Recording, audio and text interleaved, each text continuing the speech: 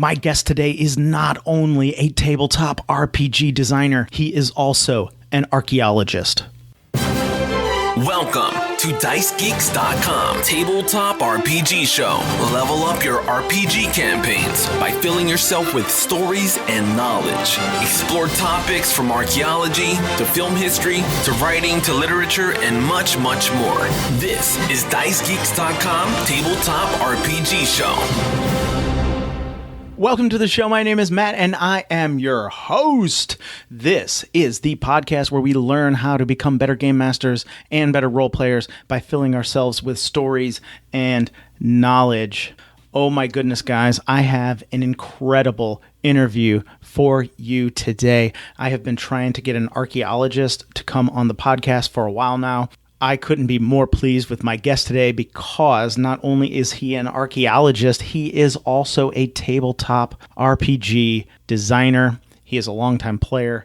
It is awesome. So let's just jump into the interview today. My guest today is a game designer and the co-founder of Creative Sphere Studios, Scott Smallwood. Scott, welcome to the show. Hey, thanks for having me, Matt. Oh, no problem. It's my pleasure. How were you first introduced to tabletop role-playing games? My best friend's brother. I was 8, and he had the Moldave old box set from, I think, 78, 79. And we had just found it, and we started making characters, and his brother decided to start being our DM. And that's sort of where it took off from there. Did you stay with Dungeons and Dragons, or did you branch out? In that gaming group, we played, because I went from that box set to a mixture, a kind of a 1E, 2E hybrid, and we played for ages. And then we did a little bit of GURPS and RuneQuest as well, but mostly D&D. What do you think it was that just like drew you to Dungeons and Dragons? Exploration. I love the idea of exploring old ruins and the kind of exploration for treasure and things of that nature, which makes sense with my day job. Yeah, and I was going to say, I introduced you as a game designer, but you are also an archaeologist. Could you tell us a little about your day job? and please, even if you have to lie to me, tell me it's like Indiana Jones.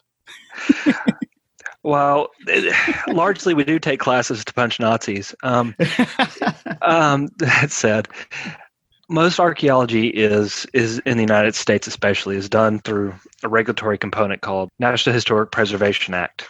I actually do right now I do a lot of regulatory work, a little bit less than on-site work anymore.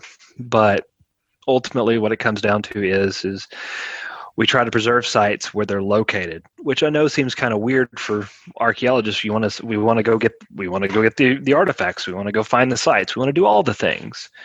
And while that's okay, and it has been an aim of the field for a long time, you come to find out that that's a very, very one-sided and colonialist approach, especially when you're dealing here in the United States with ancient Native American sites and things of that nature.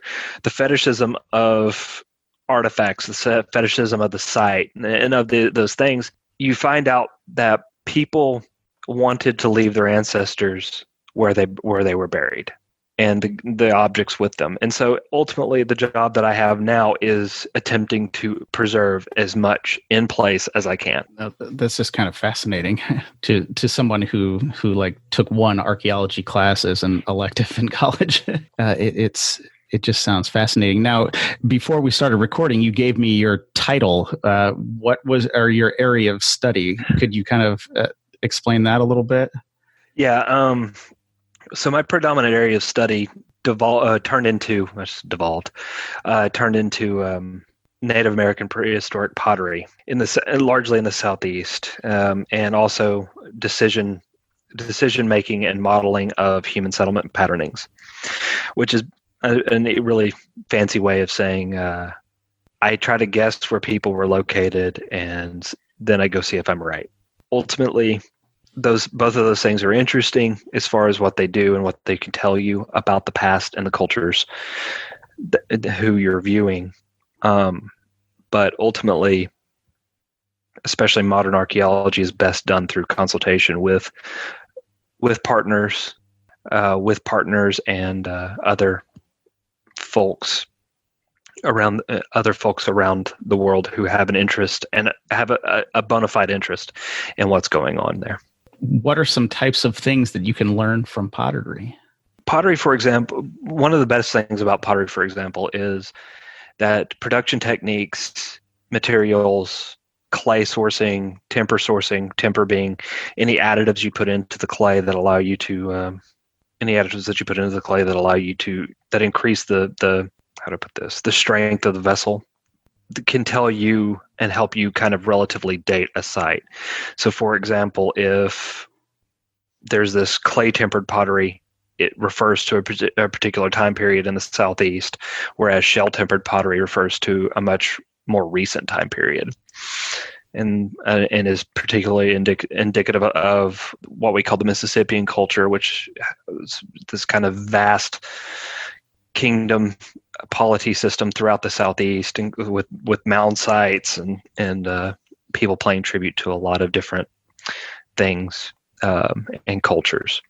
Like I said, I mean, that is just fascinating. I know we have really close to where I'm located, we have the Cahokia Mounds, and they're just a fascinating site. I always, I haven't been there in years, but when I was a teenager or something, I think we went there and saw the artifacts and stuff there at Cahokia Mounds, and that was just amazing.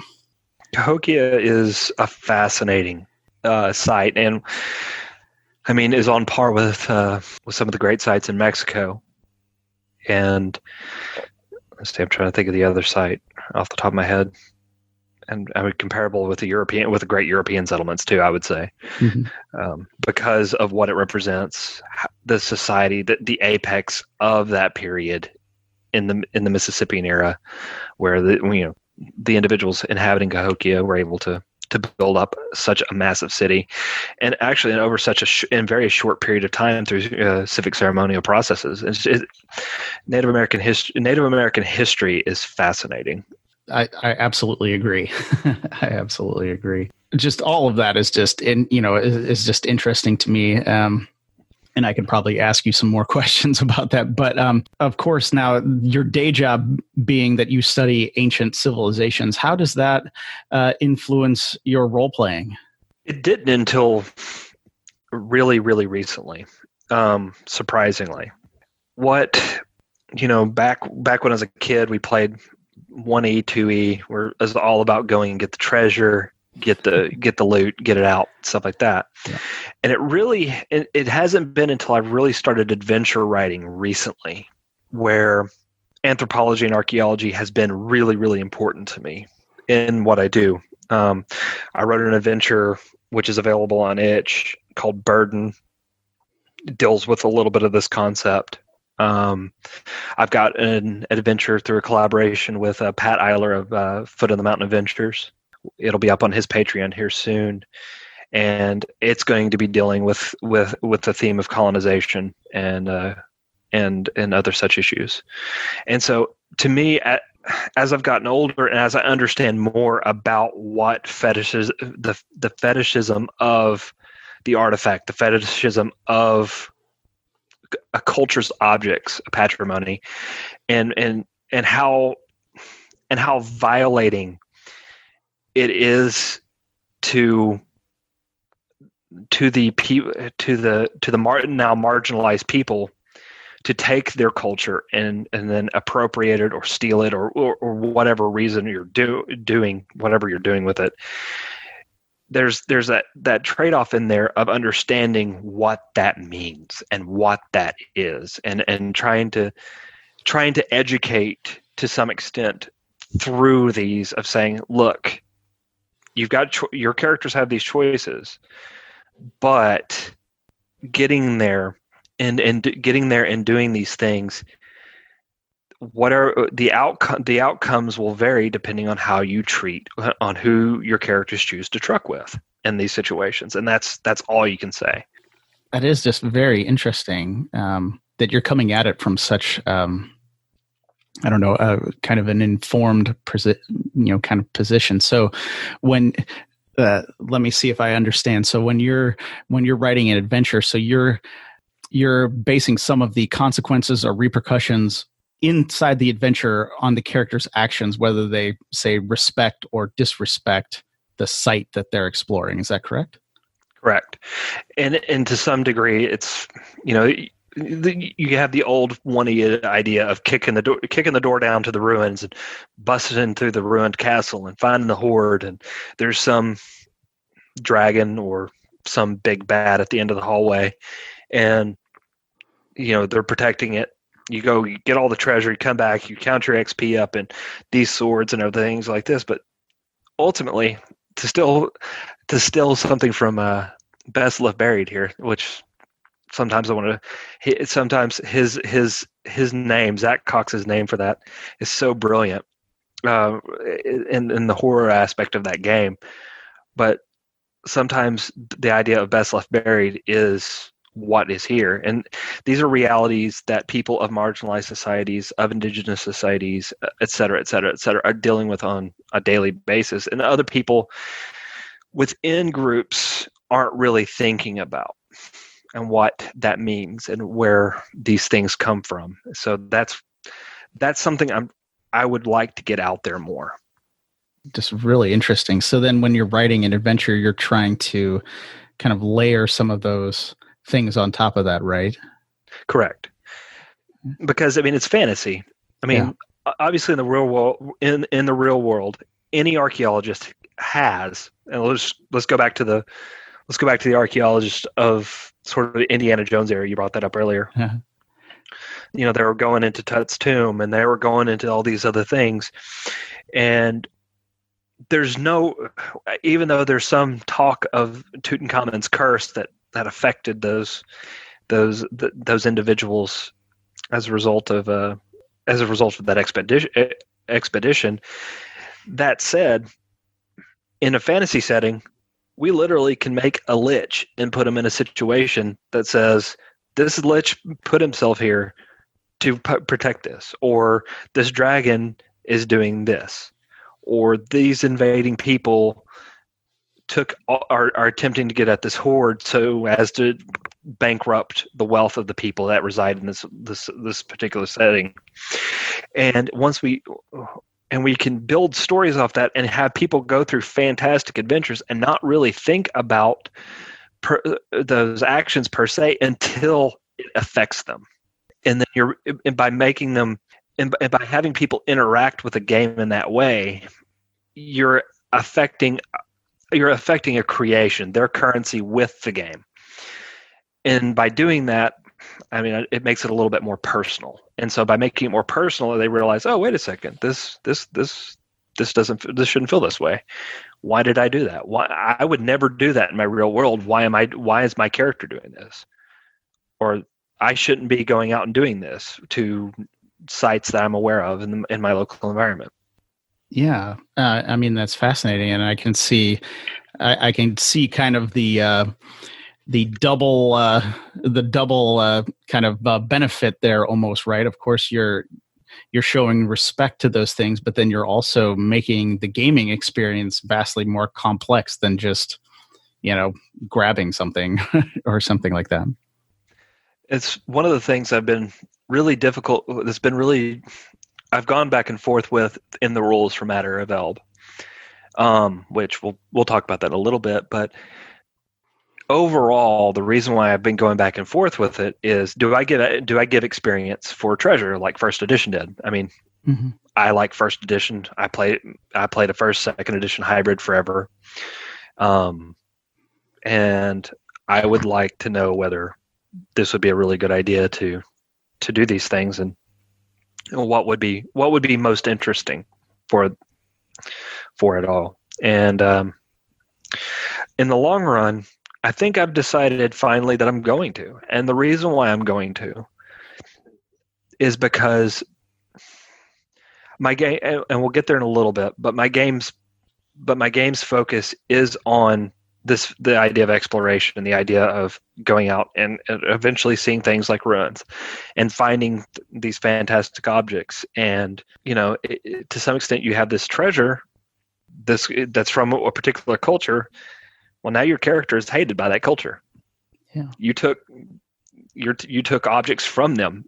Maybe that, or maybe the culture doesn't care. It's very strange how this all works out and who the stakeholders are and who gets upset over them. But it's fun developing that and going through that.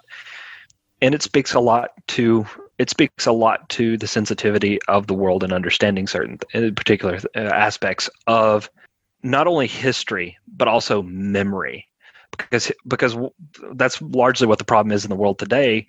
Is people look at a good example is the statues issue right now. Statues aren't history; they're memory. They're communal memory, whereas history are the events for which that statue was built. But the memory in that statue may not match with the full reality of the history. I find this whole thing fascinating, and I'm glad that there are people like you giving this some extra thought. Now, the whole kind of awarding experience points for treasure is kind of you see it sometimes in debate on forums and things online. I think is it the barbarians of Lemuria have solved that by you only get experience points if you party away your treasure, because the idea is that at the end of an adventure, you'll be so rich that the game won't be fun anymore and you wouldn't be an adventurer again. So they give you experience points if your adventurers then party it away. And so then you get the experience points, but then you have to go out on another adventure because you're broke. and you know what would be really fun to do is like a 17th century era-esque game setting with that similar idea, but based on pirates. Yeah, because that's exactly what pirates did. Yeah. I mean, that's the life of a pirate, and that's why they had the earrings and the whole nine yards, so they could keep so they would force them to keep little bits of silver and gold on them so that they always had money instead of coin, which they invariably spent boozing and other forms of carousing when they got to port.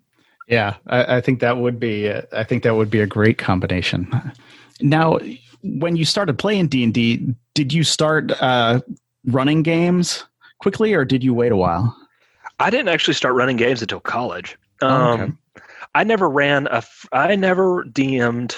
Well, no, I take that back. I think I did DM a couple of times back in high school, but it was college, and 3 was just rolling out by the time I got to college. And I met with my gaming group, a new gaming group in college, because I went to college about 200 miles away from my hometown, and I met with the new gaming group up there, and fortunately, we're all still really close friends. We're just spread out across the country, mm-hmm.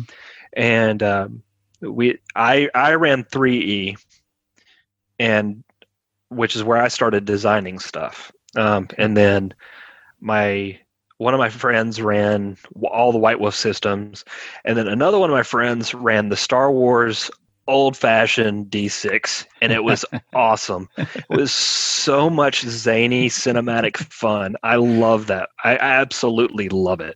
Yeah, that is one of my all-time favorite games, by the way. And I actually, here on the podcast, I got to interview Bill Slavacek, who wrote the source book for the West End Star Wars game, and that is one of my favorite games all time too. I mean, it is just such a good game for, like you said, running kind of cinematic adventures, blowing up the cantina or catching bounties or smuggling and trying to defeat the Empire. It's just so awesome. Yeah, it was wonderful, and I really enjoyed that. And I did play a little bit of, I guess that was a little bit of early Fate. I guess that would have been Fudge then, but we played a little bit of that too. So really, that was sort of the next, after I moved away from home.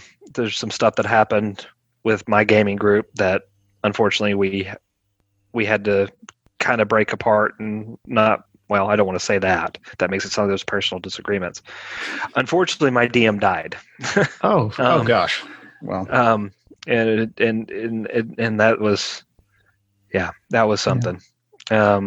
And I miss him very much, which is part of the reason why when I came back around to it, I really, my most fun was in the 1E 2E hybrid that he made, and so I love Star Wars. I liked White Wolf, but White Wolf almost got too much for me after a while. And then we also did play a little bit of Rifts and GURPS too. Oh, okay. Yeah. I don't think I ever played Rifts, but I played Heroes Unlimited 2nd edition quite a bit. Yeah, my wife was a big Champions fan with her group. Yeah. Well, I'm sorry to hear about that. Your dungeon master passed away, but I know actually kind of why I got back into the scene and started developing and started publishing role-playing game books and materials is because actually a close friend of mine that I used to play with, that he passed away, and I was kind of in the place where I was like, I keep saying I'm going to do this, but I don't do it, and it kind of was a shock to the system, and say, okay, well, I had better do this if I really want to do this. Why then did you a lot of people are content just to play or to run a few games here, but why did you start designing and writing adventures? Well, 3E was a great game back when it first came out. I really think if you get past the basic handbooks, maybe the player's handbook too. But once you get past the player's handbook in 3rd edition, you have all these stupid splat books that just add too much feats, too much fat, got too much. But what we wanted was that richness of 2nd edition with all the specialty priests of all the gods as prestige classes. So I started making prestige classes for all the every time somebody was playing a cleric and they were playing a cleric of a particular god, I would make the prestige class for that god. No, that sounds fantastic. Just by a quirk of fate, I have never played 3rd edition Dungeons and Dragons. I played basic and I played some of 2nd edition, a little bit here and there, and then I played 4th a couple times, and then now I've been playing 5th now for several years, pretty much straight. But that is interesting that you started then making prestige classes for those characters. And it was just something fun to do. Like I had a friend of mine who always, his big dream in the realms was to play. Let's see, I can't remember their name. I think it was Painbringer of Hoar. I can't remember. That's pretty cool. But Hoar is the chaotic. Oh no, he wasn't chaotic. He was, or was he? I can't remember. He's instead of the god of law, he's the god of vengeance and retributive vengeance, right? Mm-hmm. And so his cleric in 2nd edition is very much like a ranger to a high degree, and my friend wanted to play one, had always wanted to play one in 2nd edition. We're playing 3rd edition because we had all the source books, we'd put all the money into it, so it's like, let's play it. And so I developed that one. My wife, who joined our gaming group back in college, wanted to play a specialty priest of Eilistraee, the good drow goddess. So I made that one. I mean, these are all things we played inside our own groups. We didn't worry about playing. I didn't put it up on the internet forums or anything like that back in the day, but it was a lot of fun. Okay. No, that sounds great. But then you went on to now found a gaming company, right? Creative Sphere Studios. Could you tell us a little about that? Yeah. It's me and my wife. We started out with another friend of ours, and he unfortunately moved away. We try to talk to each other about it, but he basically is an advisory role more than anything, and has been for several years. But when I first started out, it was 2010. That's when I started working on this, and I was in love with the idea of White Wolf in Star Wars, and not having any levels or classes, and I love 3rd edition. So what I was going to do is I was going to wed all these things together. And I also love statistics, as you can tell by the modeling and all that other stuff. So what I was like, I said, well, the whole point of this is you could take analysis of variance, which is this really high order statistics. And I was a crazy person, completely delusional, mind you, and I mean that. And turn it into this overwrought game. And we played it, and I designed it. The system worked. The numbers were balanced. Everything was wonderful in my head. I could see I'd built it off inferential statistics, all this other stuff like that, and it was doing really, really, really well. Then I played it with a couple of friends, and it was awful. And it took, the roles were too complicated. It took too long. Combat was too much. Character creation could take all of session 0 instead of 30-ish minutes to an hour, depending on if you're chatty or not. Which, as you can tell, I'm kind of chatty. So, but when it came down to it, people just, it wasn't fun. And so I had that existential moment where I was just, it's like I had already put, at that time, 4 years into that development because, again, math, everything else like that, 4 or 5 years into that development. And I got really, really busy with projects for about a year. And I was just really thinking about it. So, because archaeology takes you all over the world. I mean, not all over the world, all over the United States, especially when you're doing it regionally. You're just constantly going, or regionally doing it for a private company. And it just keeps you going. So I had a lot of time to think. And I was like, you know what? The most fun I ever had was this. And I'd had so much distance between that. Like I said, my friend had died. I had so much distance between that pain and that time, like you had mentioned, that is just, let's start over. Let's hit the reset button. I know what's fun. Let's just start over and try it again. And I did. So. And that has become the Matter of Elbe? That has become the Matter of Elbe. Okay. So can you tell us a little bit more about it? So you drop some of the advanced statistics and some of the boring math. What's it like now? For somebody who plays 1E regularly, mm-hmm. you're gonna look at it and be like, oh hey, or has played second edition. You're gonna look at it, oh hey, this reminds me of that. The big differences are between us and first edition is I completely changed the attack engine and the magic system. I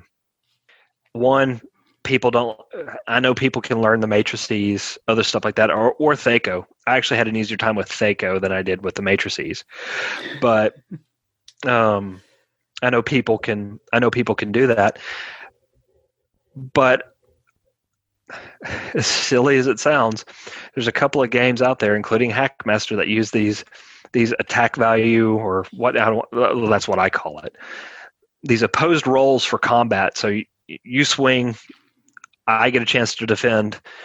If your attack value defeats my defensive value, you hit me. But I've got armor, and so my armor soaks some of that until I get too tired to defend myself with that armor, and now you can get through my attacks a little bit easier. And hit points are more of a measure of stamina and luck than they are physical health. And so Constitution, if you get knocked to 0 hit points, you start taking Constitution damage in my game. And once you hit 0 Constitution, you're dead. Okay, no, that sounds interesting. Now, I did read a little bit. You say it's firmly in the OSR. Could you explain that a little bit?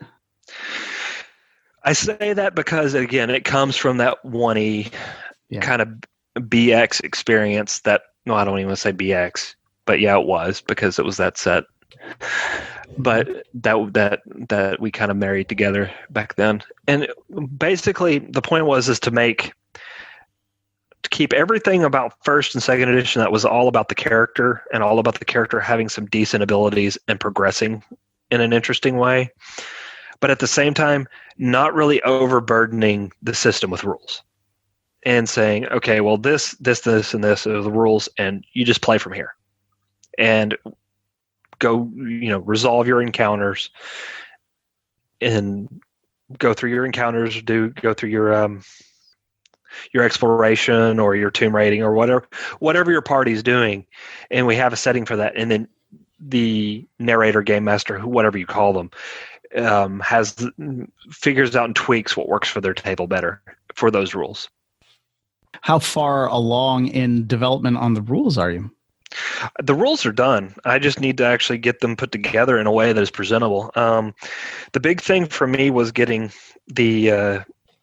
all the systems together I got in part 1, which was the character options, because that's the main thing that pertains to the characters. After I got done with that, that's just the rules and the narrator's information that I really want to get, that I have to get to. Okay. And those are my rules, I think, are only 20 to 30 pages typed, which is about what I want. My narrator's guide's a little longer because, again, I'm trying to give good tables, good information, things to help. Okay. What character options are there? Well, you've got a total of, and I call I don't use the word races. Races is a problematic word. I don't like it. One, it's not entirely true for what it is, and for what the games are really going about. I mean, they're talking about species. They're not talking about races. So I just changed the word kith, and which just is based off an Old English word. Let me get the exact definition for that really quick. One's friends, acquaintances, and relations. It was a good word for what I was trying to do. With regard to the kiths, most low fantasy OSR games, I shouldn't say that. A large number that I've seen lately are developing worlds without any fantastic races. They're developing worlds only for humans, which Game of Thrones being the most recent cup of tea. The Black Company is another one too, which is, these fantastic worlds with only humans in them. Mm-hmm. Going from there, I actually changed. I didn't like that idea because to some respect, if you roll a human character, you're coming at a human character because you are human. We are people. We're coming at those characters from an anemic perspective. We're coming at it from a perspective that is, we're part of that group, regardless of fact. We're human, playing a human in a game. While that, it's perfectly fine and acceptable. I'm not making that argument. I'm just saying it can come from, what I'm trying to do is come from an edict perspective, so where people are actually coming to the game from an outsider's perspective on these cultural groups, and can observe them and observe them not only for what they are, but also for the that they have. Sorry for the word there, but that's really the truth. Is the culture is both our survival mechanism, but it's also packs a whole lot of baggage into our experiences. And so getting people to kind of back up and teach a little bit of understanding, oh, wait. So this culture does this, and that culture does something different, but they do it for entirely different reasons, or does something similar, but they do it for entirely different reasons. You see what I'm saying? Mm-hmm. Yeah. And so that's the big thing that really has always kind of needled at me. So my kiths are Fae, which are elves, essentially. I have a multicultural, multi-kith ethnicity called the Milner. They're a large multi-ethnic, multi-kith ethnicity arising from a combination of a variety of cultures, including Fae, dwarves, who are called Propin, because for whatever reason, I like Roman dwarves. What kind of dwarves?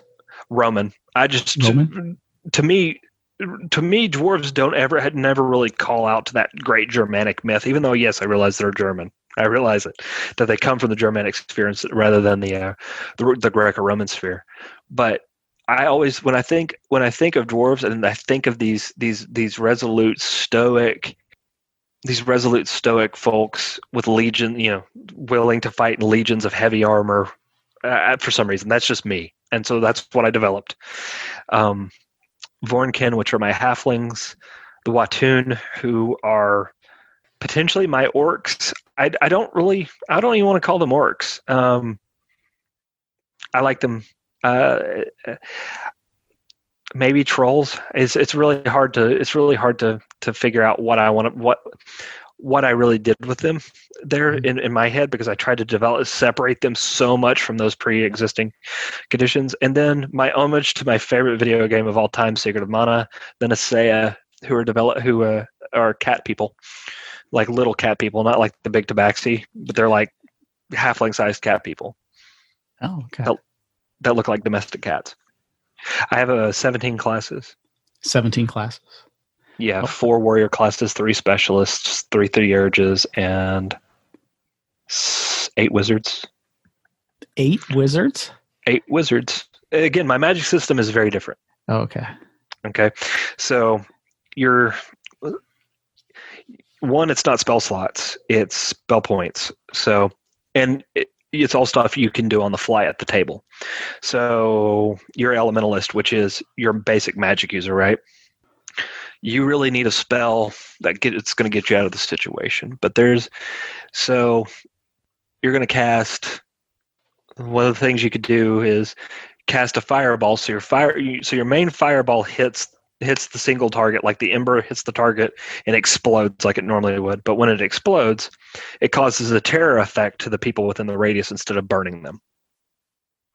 So you switch it around. It's like, oh, okay, well, we can do that, or I could do something different, like blink away or teleport away, and any number of things that your character needs at the time. You can figure out how to do those things, and so it's a very free-form sort of cinematic system. And I based it a little bit on Fudge and Fate, with a little bit of the Star Wars magic plus Knave and Maze Rats, which are good, which are great.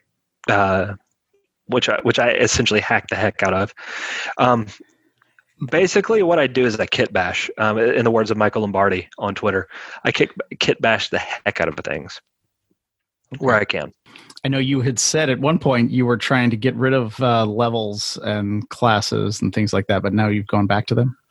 I've completely re-embraced it. I don't really see a choice, and the reason why is the more I worked with the level-less classless system, and I've seen some people talk to me, and I've talked to a number of people who are like, well, you could just do that in Fate with a high concept, or you could do that with this.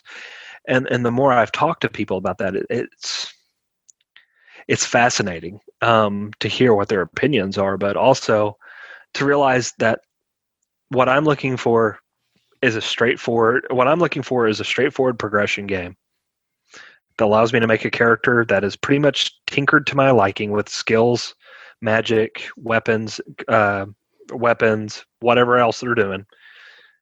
And I can take a very base class like Fighter, pick an array of skills and abilities that my character can use, and go have a good time with it. And then play another fighter that is completely different.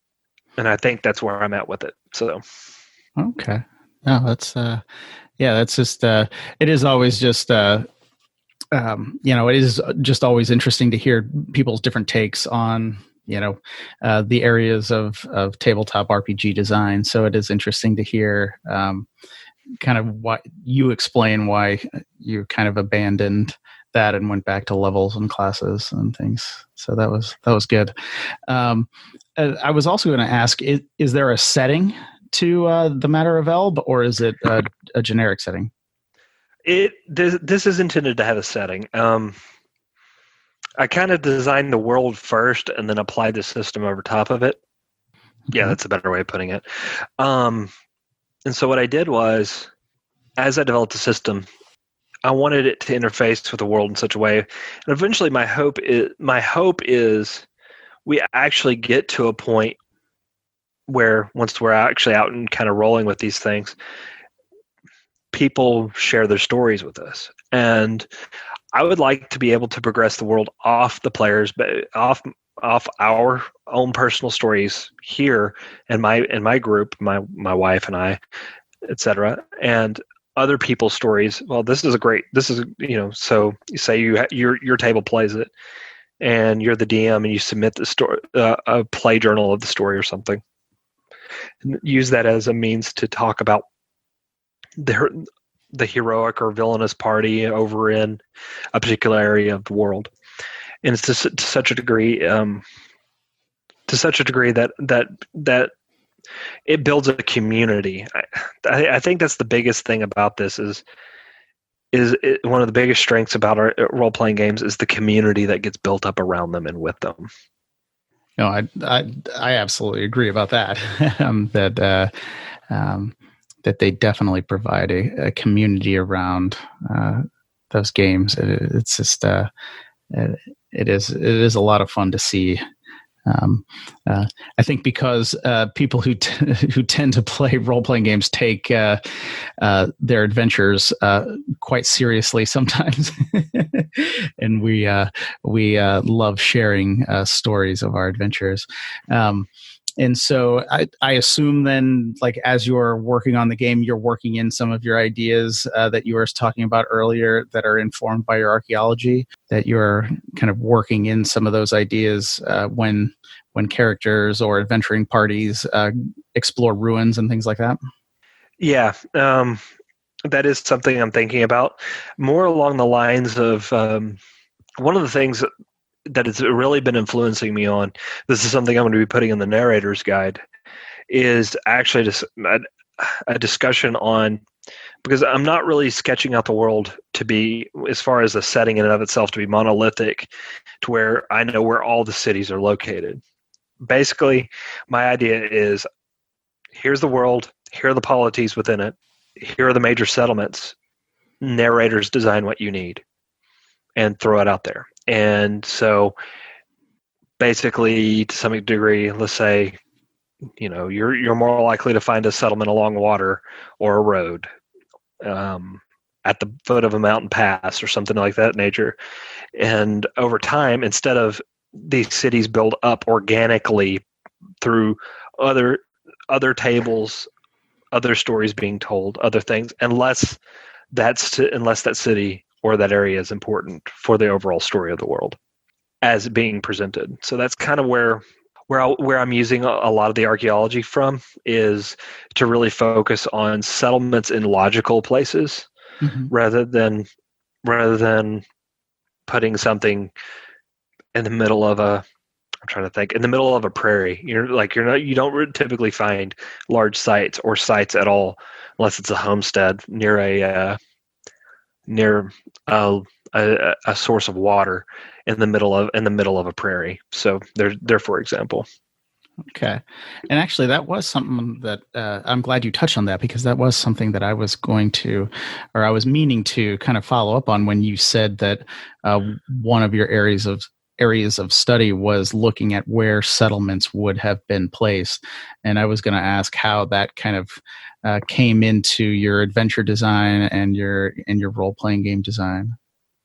Yeah, I want to write a little bit of a guide on that, as far as what, so that I'm big on proc gen, using procedural generation to come up with things, and so using that to some degree to allow narrators to quickly develop at the table or before the game. Okay, well, the party's headed in the easterly direction from such and such city along such and such river. When will they meet the next city? And what is that city called? How many people are there? What am I anticipating them running into here? Because I don't want to say we're a no prep game, but I'm trying to make it as low prep as possible. Well, I mean, you're talking to the guy who wrote a book called The No Prep Game Master, so I'm totally fine. I'm totally fine with no prep, and I definitely like the way you're thinking there, because I find it always difficult to try to spell out some specifics about, whether it's a city or say even like a smaller example, I always find it's hard to say, oh, when you're in this dungeon or when you're in this place, you are going to run into a combat encounter. I've seen adventures that will say, oh, you'll run into this combat encounter of, 4 goblins or something. And I always just think, well, how do you know how do you know my characters aren't 20th level, right? Like 4 goblins is just going to be, ridiculous or something. And so, I always get caught in that tension for myself, that it's just like, well, the game master, the dungeon master should fill in some of those details because they know what's happening here. They know what their characters are. They know what their players like. They know what they personally like. When they come to a new city, they're going to, should be able to fill it with things that their players and they like, instead of me, trying to guess in some way. Well, and see, that's the thing about cities and role-playing games, right? Mm-hmm. So take 5th edition, for example, and I'm going to put a big disclaimer out there. I haven't played a whole bunch of 5th edition. I have ran it a couple of times, and I've played it a couple of times. Mm-hmm. So that said, when it comes to cities and players overall, players are going to interface with the city in such a way that their characters are going to be interested. And I think that's one of the things about the old school, or quote unquote old school, the 1E, 2E, BX experience. That is, it's the player guiding. It's the player kind of where they're interested. They're having their character choose their interests as they go along, and then that's all part of world building. So here you come into the city of Elmo. That's the first thing on my head right now. And it's got its population of about 10,000 people, which means it's a pretty large settlement for, say, a 10th century equivalent city. So you're likely to see a university. You're likely to see maybe a college there. You'll have a church or churches, depending if it's polytheistic or monotheistic. You might have a blacksmith, and having these things where the fighter's like, I'm going to go see what the sword. So I'm going to go see if the blacksmith can sharpen my sword. Well, then, okay. Well, now you've created a blacksmith. Mm-hmm. So there you go. It's not really so much prepping that beforehand as it is reacting to the situation at hand. It's one of the big things that Star Wars and Fate are really, really good at is being kind of stretched, allowing the players to be the engine behind world building, and how the game masters choose to react is far more important. If the magic user is like, well, I'm going to go see if I can't find some place of scrolls, and or some place of arcane knowledge or whatever else you want to call it, and this culture doesn't take magic seriously as anything but a threat to their society as a whole, well, that place that they're going to be looking for is going to be illegal. And not only is it going to be illegal, it's going to be probably heavily monitored. So you're dealing with so now you've got a criminal element to it, which means it's probably tightly controlled. I mean, good ideas, compare it to the modern illicit drug trade. How does that work? So it costs more money. So you have all these layers that are built up off of that for that particular city. So that's the strength of cities in comparison to, say, being in the middle of the woods and nowhere. You have to have just tables for that to kind of make your decisions. But as far as urban centers, or even small urban centers, or even down to regional capitals, you'll see these things being super important. Yeah, and I absolutely agree with what you said there, and I think it is always something where some game masters or some dungeon masters think, when you're, if you get this idea of, oh man, I want my characters and my group to go to this city, I think they get into the idea that they need to create a blacksmith and a potion shop and things beforehand. But I always found, of course I did that at different times, right? I created everything. And then, I create the blacksmith and his name and his family or whatever it is.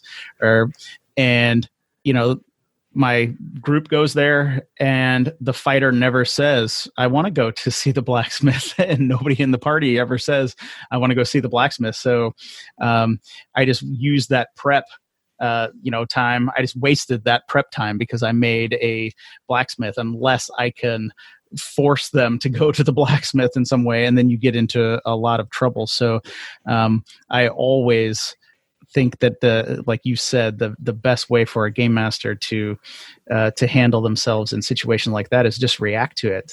They say, oh, let's go to the blacksmith. Okay, well, now you need one. Let's just get one, kind of come up with one now instead of, beforehand, and just, wait and hope that your players decide to go to a blacksmith that you created and had, and gave an interesting hook, but they will never see because they didn't ask about the blacksmith. And that speaks to a larger point. And trust me, I have been there. Oh. I know all about railroading and all that other stuff. I've done plenty of it. Yeah, me too. And it's something that you do. I think you do a lot more with a lot less experience, because you're wanting to write a novel. Every I don't want to. This is going to sound rude. To some extent, a lot of dungeon masters are failed writers, and vice versa. And I don't mean that negatively, because Tracy Hickman, Margaret Weiss, Weiss, excuse me. You got their wonderful books, and of course Laura Hickman too. But one of the things I've done since kind of going back to these old to 1E, 2E as my fundamental focus of design is I was looking at the way they constructed dungeons and adventures in comparison to, say, the way Gygax or some of the others did.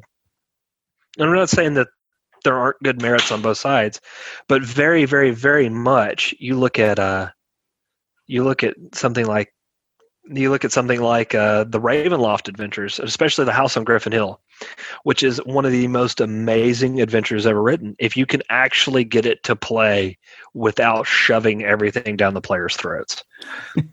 Don't get me wrong, Tracy Hickman is probably 100 times the writer I am or ever will be, but that adventure was predominantly railroading, and it goes along with a lot of what he wrote. A lot of what he did was a lot of it was very much DM agency rules over player agency, and pushes the players into a particular series of choices, rather than doing something interesting by eliminating those choices. Yeah. And so it's one of those frustrating things. It's kind of a chicken and the egg argument, right? Which is the better way to do it? But ultimately it comes down to, if you want to write a novel, go write a novel. If you want to go collaborate on a storytelling, go here. But remember, and this is straight from Evil Hat Productions, straight from their book. You are not God. A narrator, DM, GM is not God. They are not God of the table. They are the first among equals. Everybody has a voice at that table. You're just the chairperson. You're guiding and moderating where the story is going, and you're playing the opposition to the party. That's your job. Let the players are going to be much more motivated if they're able to take portions of the world and create them as they're playing. Oh, well, my character is going to go see a cousin over in the next regional capital. And so you guys, the party adventures from one city to the next. During the course of the adventures, they get assaulted by bandits they have to fight off or reason with or resolve an encounter in some way, shape, form, or fashion. They get back to find out that the cousin who is the head of the city's guard needs them to go to the bandits' lair. So you have this whole different settings, and then you can take that map that you got from a friend of yours, or you bought for $5 from somebody, or whatever else however you procured it, and you can take that and develop an adventure quicker and more effectively than you could sitting down and writing this overarching theme with a litany of story associated with the big bad guy. Your level, this is a first level party. We'll say a third level fighter, thief, or something. That is, I guess it would be probably a level 2 thief, level 1 fighter in first edition. And so you're taking that into account, but then there's always things you can do from there, because every adventure should change the world slightly, right? Mm-hmm. So you go beat the bandit leader. Well, the bandit leader wasn't just a bandit leader. He was also he was part of an organization of United Bandit Guilds. Now the party has people out for their head, or your party went over to this city and went over to another city, and instead of raiding a local horde, protected it and returned access to it to the local people from an invading force, or whatever else you're doing. But giving your players some agency in that to build the world and grow it it's hard to do, because you don't want to this is my story. I want to tell it this way. But if you do that, you'll find a much more rewarding tabletop experience. You just will, because it comes together as sort of a campfire story rather than sit down, let me tell you the story. Give me your character sheets. I made all the rolls before you even got here. Peace. You talked a lot there, and there's just a few points that I want to pick up on, because I think what you said was absolutely correct. If we're starting a game and one of the players says her character is looking for her long-lost brother, if as a game master or a dungeon master, if I take that or something else one of the other players gave me in their background and just start using that as kind of the main story or the main quest or something in the adventures that I'm running, the player is just automatically like a million times more engaged in the story and ready to see it kind of to its end, because that was something they were interested in to begin with, and it automatically gives me kind of a story hook that I didn't have to come up with, but now I can build on and kind of go from there. And then you were also talking about kind of the railroading in adventures. I think that what I think sometimes people get a little confused, like, railroading is certainly bad, and taking away the player agency is certainly bad. But if you're going to railroad, it should be as much at the beginning of the session as possible. It's just like in novel writing or screenwriting. If you're going to use coincidence, the coincidence shouldn't come in Act 3 or on page 546. The coincidence should come like on page 5 to kind of kick off the story. And I think of one of the great examples of that. I mean, you were mentioning certain writers is kind of the Curse of Strahd, where the player characters start in kind of this fog and in this mist, and you say, there's fog to your right, fog to your left, fog to your back, and a kind of a small tunnel there in front of you. Well, if you give them the choice, right? A lot of times players are going to say, well, I try to go left through the fog. I don't want to go forward. I want to go left through the fog. Well, you say, oh, well, you die or you get lost in the fog and you end up back where you are.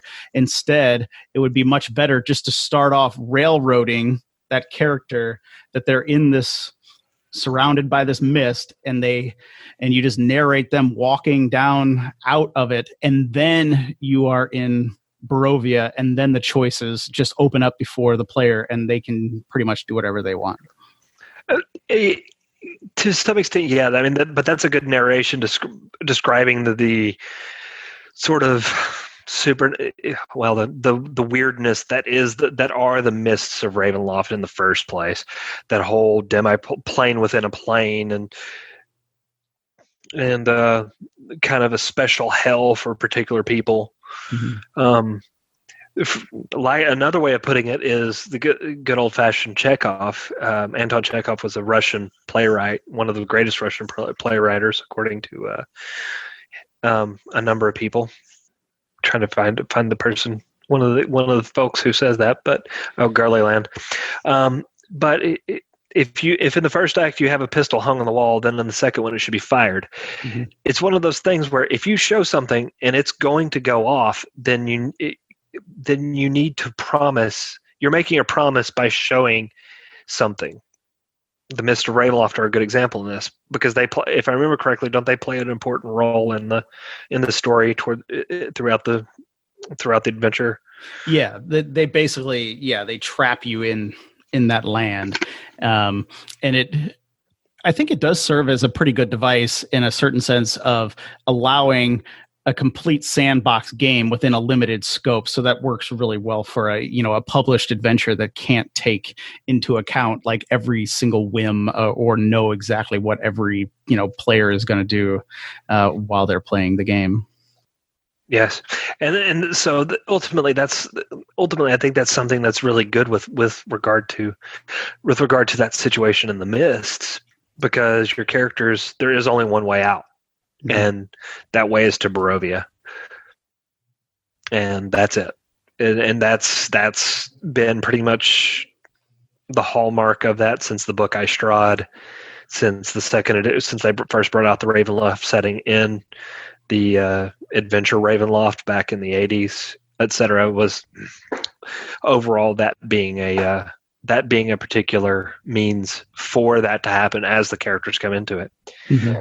I was always fascinated with other characters besides Strahd, especially when they brought Soth over, and then also when they Azalin Rex. I thought Azalin was one of the coolest characters out there, and the punishment he got fascinating amongst all of this.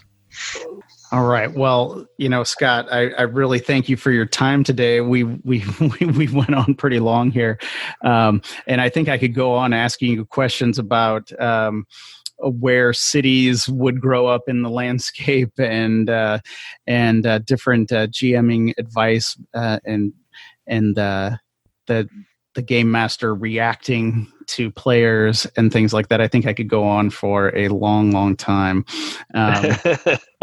just because I have all that interest. And just another point that randomly, flew into my head here was when you mentioned the Chekhov kind of principle.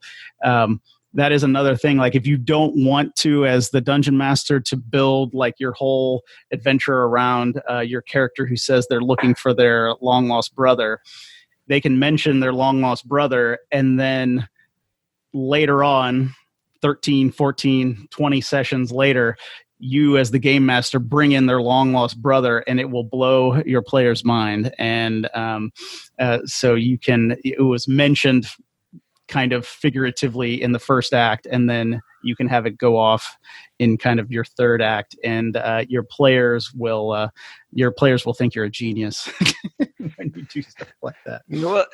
And again, I think it goes down to, I think a lot of it comes down to is there's the trust component and building relationships and having a relationship with your table to know where the lines are, and using safety tools to know where the lines are if you're not familiar, especially if you're not familiar with people, and really developing and using those tangents that people give you. I don't mind, like you said, I don't mind a bit of a backstory, but I don't, ultimately when it comes to 1E2E style games, when you're starting a level 1 character, I really don't need the 8-page backstory, so if you, but a mention of a missing sibling, or you're adventuring because of so-and-so or whatever else you're doing is interesting, and that allows me to build up around it, especially if you're using abilities that it's like, hey, I know a guy, roll a charisma check, or hey, this, whatever you want to say. Yeah, no, there is, I mean, you made the kind of the allusion to a lot of dungeon masters or game masters being secretly novelists. Well, a lot of players are as well, right? So they want to come, true. They want to come with a 19-page backstory. No, and of course that's not what I was talking about, because that is always frustrating for a number of reasons. Because you have a level 1 wizard with 7 hit points or something, and they die, then that player is like, oh no, I have my 18-page backstory and all this stuff. And you're just like, well, I told you level 1, like, your character can die. And so, no, but little tidbits, right? Yeah. A missing sibling, raised by their uncle in a temple, all those kind of things are interesting bits that can be used. A 19-page backstory, should be, you should, if you're writing those things, you should probably write a novel. That should be your level. That should be your level 20 character. Yeah, exactly. That should be a level 20 character. I think ultimately, the big thing of the OSR in general, though, as fraught as that term may be, and it is, which is part of the reason I think Mike, again, to quote Mike Lombardi in his kind of joking Sword Dream era game, is a good way of putting it. But is the fact that stories emerge at the table. And if you allow the story to emerge, you're exploring a character, and you may not be role playing that character in that character's headspace as much during play, unless you're doing some serious role-playing sessions and stuff like that, which, again, have their own merits and is a completely different topic that we can probably spend another hour and a half on. But overall, as that story emerges, you can tell this character. Like, one of my characters has been in the Matter of Elbe since the beginning, largely the main reason why I wanted to start developing the game as it stands.